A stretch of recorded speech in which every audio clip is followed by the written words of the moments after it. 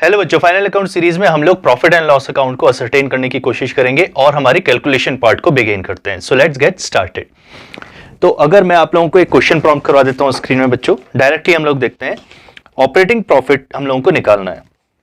Calculate the amount of gross profit and operating profit on the basis of the following balance extracted from the book of Rajiv from the year ended 31 March 2017। ठीक है, opening stock, net sale, net purchase, direct expenses, administrative expenses, selling and distribution, loss due to fire and closing stock given है। हम लोगों को यहां से निकालना है अपना gross profit and operating profit. तो आप इस क्वेश्चन को नोट करिए, हम लोग शुरू करते हैं बच्चों। तो देखते हैं, सबसे पहले हम लोग ट्रेडिंग अकाउंट से अपना ग्रॉस प्रॉफिट असरटेन कर लेते हैं। सो हम लोगों को जो वैल्यू गिवन है वो है ओपनिंग स्टॉक। सो हम लोग सबसे पहले अपना पहला आइटम लिखेंगे, that is to opening stock, और वैल्यू गिवन है हम लोगों को 50,000। नेक्स्ट हम लोग देखते हैं हम लोगों को क्या गिवन है, नेट सेल्स गिवन है। इसका मतलब डायरेक्टली हम लोग अपनी वैल्यूज को पुट कर सकते हैं, नेट सेल्स अमाउंट है 11 लाख। चलिए नेक्स्ट हम लोगों को नेट परचेजेस गिवन है, तो ये भी हम लोगों को डायरेक्ट आइटम है, नेट परचेजेस, और दिस अमाउंट इज 6 लाख। और अब हमारे डायरेक्ट एक्सपेंसेस हैं, तो डायरेक्ट एक्सपेंसेस भी हम लोगों को गिवन है, दैट इज 60,000। तो हम लोग यहां पर को लिखेंगे टू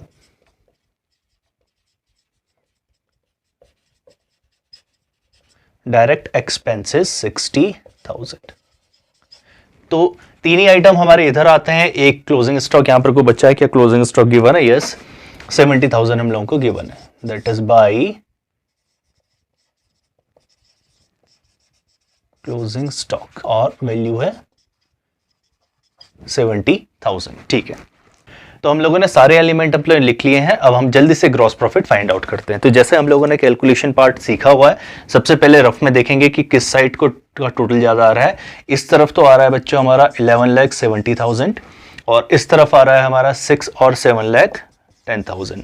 तो जो साइड बड़ी है उसी को हम लोग दोनों तरफ लिख लेते हैं। इसका मतलब हमारी इनकम्स ज्यादा है, और ये केस बनेगा हमारा ग्रॉस प्रॉफिट का। अब क्या करेंगे, इसमें से अपनी जो वैल्यू है उसको माइनस कर देते हैं, तो दैट इज 60 और 4। तो हमारी कितनी वैल्यू आ गई? 4,60,000। ठीक है, अब हम लोग इसको क्या नाम देंगे? Gross profit. ठीक है, gross profit will be transfer to P&L account, जैसे हम लोगों ने अभी अपनी स्टडीज में पढ़ा हुआ है। एक चीज एलिमेंट तो हम लोगों को क्वेश्चन का फाइंड आउट हो गया, दैट इज ग्रॉस प्रॉफिट। अब हम लोगों को सेकंड चीज पूछा जा रही है कि आप अपना ऑपरेटिंग प्रॉफिट फाइंड आउट करिए। और जैसे हम लोगों ने लास्ट लेक्चर में पढ़ा था कि ऑपरेटिंग प्रॉफिट का डायरेक्ट फॉर्मूला होता है इक्वल्स टू ग्रॉस प्रॉफिट में से अगर मैं अपनी ऑपरेटिंग एक्सपेंसेस को माइनस कर दूं, दैट इज ऑपरेटिंग एक्सपेंसेस को अगर मैं माइनस कर दूं तो मुझे ऑपरेटिंग प्रॉफिट फाइंड आउट हो जाएगा। तो अब देखते हैं कि क्या है, ऑपरेटिंग प्रॉफिट फाइंड आउट करना है। तो ग्रॉस प्रॉफिट तो हम लोगों को असरटेन हो चुका है। अब मैं माइनस करूंगा अपने ऑपरेटिंग एक्सपेंसेस। तो अगर आप लोगों को अपनी पुरानी स्टडीज से याद है, पुराने लेक्चर में जैसे डिस्कस किया था, ऑपरेटिंग एक्सपेंसेस के कितने कैटेगरी होती हैं? 4 होती हैं, office and administrative expenses, selling and distribution expenses, finance related expenses and maintenance related expenses.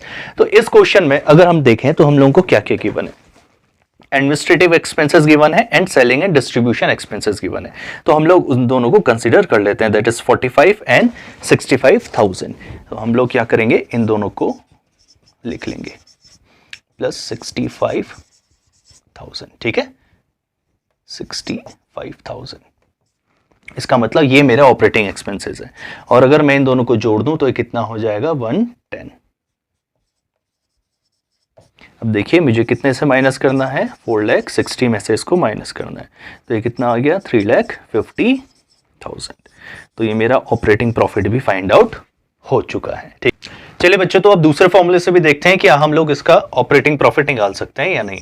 तो ऑपरेटिंग प्रॉफिट का दूसरा फॉर्मूला हम लोगों ने देखा था, net sales minus operating cost. और ऑपरेटिंग कॉस्ट खुद में ही एक फॉर्मूला होता है जिसमें हम लोग COGS प्लस ऑपरेटिंग एक्सपेंसेस को कंसिडर कर रहे होते हैं। तो अगर नेट सेल्स से हम लोग देखें दैट इज 11 लाख माइनस हम लोग ऑपरेटिंग कॉस्ट निकालना शुरू करते हैं। तो सीओजीएस के लिए हम लोगों का फॉर्मूला क्या होता है बच्चों, हमारी opening stock plus net purchases और plus all the direct expenses में से हम लोग माइनस कर देते हैं अपने सारे के सारे क्लोजिंग स्टॉक। तो सीओजीएस आ गया। सीओजीएस में हम लोगों को क्या करना है, अपने ऑपरेटिंग एक्सपेंसेस को जोड़ देना है जो अभी हम लोगों ने देखा था, राइट। अब देखते हैं कि क्या चीज आ रही है हमारी वैल्यू, दैट इज 11 लाख। अब देखिए ये कितना आ रहा है, तो हमारा आ गया 6, ये तो 710 आ रहा था, 710 में से हम लोगों ने इसको माइनस किया तो ये आ गया 6,40,000। 6,40,000 में हम लोगों ने 110 को जोड़ दिया तो 650 750, तो ये आ गया 7,50,000। तो 7,50,000 में से अगर मैं इसको माइनस कर दूं 11 लाख को तो कितना बचेगा, हम लोग देख लेते हैं। 0 0 0 0 5 का 5 हो गया, ये इधर से गया तो ये कितना आ गया 3, ठीक है। तो अभी भी हम लोगों का ऑपरेटिंग प्रॉफिट कितना आ रहा है 3,50,000। तो या तो आप इस तरह से निकालिए, हम लोगों को ग्रॉस प्रॉफिट यहां पर कोई निकालने की जरूरत नहीं पड़ी, हम लोगों ने डायरेक्ट ऑपरेटिंग प्रॉफिट निकाल दिया। लेकिन अगर कभी आप इस तरह से क्वेश्चन देख रहे हैं तो इस तरीके से भी ये निकाला जा सकता है। चलिए आप जल्दी से रिकॉर्ड करें, हम लोग दूसरे क्वेश्चन की तरफ चलते हैं। तो बच्चों क्वेश्चन आपकी स्क्रीन के सामने है, हम इस क्वेश्चन को देखते हैं क्या है। हम लोग को प्रॉफिट एंड लॉस अकाउंट बनाना है for the year ending 31 March 2017। Now क्या क्या एक्सपेंसेस हमको गिवन है, office rent, salary, printing expenses, stationeries, tax and insurance, discount allowed, advertisement, travelling expenses, gross profit and discount received. ठीक है, तो इसको करना शुरू करते हैं। तो जैसे कि हम लोगों को पता है कि जो प्रॉफिट एंड लॉस अकाउंट होता है वो एक नॉमिनल अकाउंट को फॉलो कर रहा होता है। तो नॉमिनल अकाउंट को ये फॉलो कर रहा है, इसका मतलब डेबिट साइड बनी उसकी ऑल दी एक्सपेंसेस और क्रेडिट साइड बनी उसकी ऑल दी गेन्स। याद रखना कि एक केवल रेवेन्यू नेचर के होने चाहिए। तो शुरुआत करते हैं। सबसे पहले हम लोग कहां से शुरू करेंगे, when gross profit is given, तो पहला आइटम हो जाएगा बच्चों हमारा बाय ग्रॉस प्रॉफिट।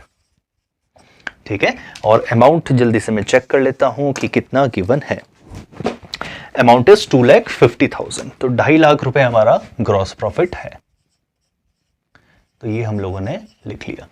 अब जितने भी एक्सपेंसेस होंगे वो रेवेन्यू नेचर के इस तरफ आते रहेंगे, याद रखना वो होने चाहिए इनडायरेक्ट। यहां पर को आप लोगों को इस तरह लिखना नहीं है कि ऑपरेटिंग है या फिर नॉन ऑपरेटिंग है, आपको जिस तरह भी आ रहा है आप उसको सीक्वेंस वाइज क्वेश्चन की तरह लिखते रहिए।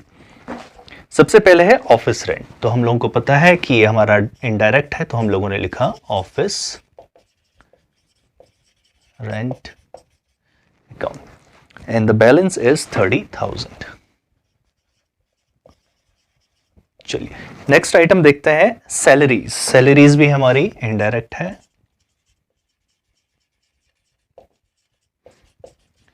सैलरीज है हमारी 80,000 की।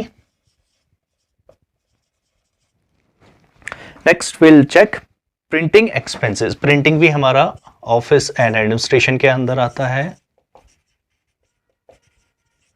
Printing charges expenses given 2,000।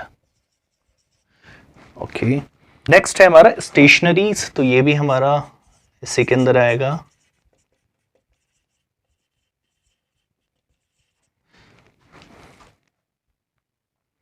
$3,000। Next is tax and insurance. याद रखिएगा कि जब तक स्पेसिफिक ना हो कि इनकम टैक्स है तब तक हम लोग मानेंगे कि ये नॉर्मल टैक्स पेड है, लाइक इनडायरेक्ट टैक्सेस, तो ये इंक्लूड किया जाएगा। तो इसमें हम लोग लिखेंगे to tax insurance account 4,000।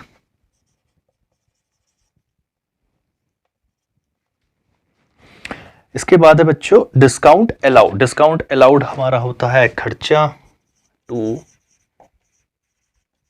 Discount allowed. कितना गिवन है हम लोगों को 6,000। नेक्स्ट इज एडवर्टाइजमेंट, तो ये आ जाएगा इधर बच्चों जो मैंने आप लोगों को होमवर्क दिया था आप लोग उसको करते रहिए। आप लोगों को याद होना चाहिए कि ये किसकी कैटेगरी है, which expense can be categorized as, इसको आप लोग कैसे इसको कैटेगराइज कर सकते हैं, कौन सा हमारा ऑपरेटिंग है कौन सा नॉन ऑपरेटिंग है। ट्रेवलिंग एक्सपेंसेस है 26,000,